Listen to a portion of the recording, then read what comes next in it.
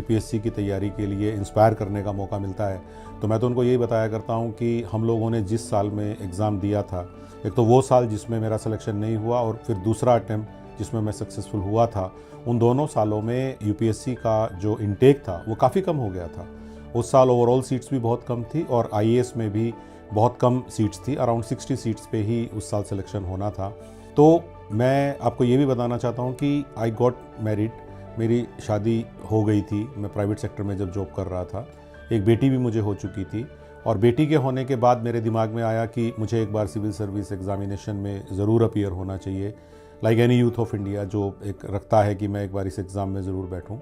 और मुझे आपको बताने में बिल्कुल भी ये हिचक नहीं है कि मैं स्टेट बोर्ड में था, हरियाणा बोर्ड से मैं पढ़ा, हिंदी मीडियम था, मेरा रूरल बैकग्राउंड था, मैं मैरिड था, मेरी एक बेटी थी और उस साल इनटेक भी आपको मैंने बताया कम था। लेकिन इन सब चीज़ों की वजह से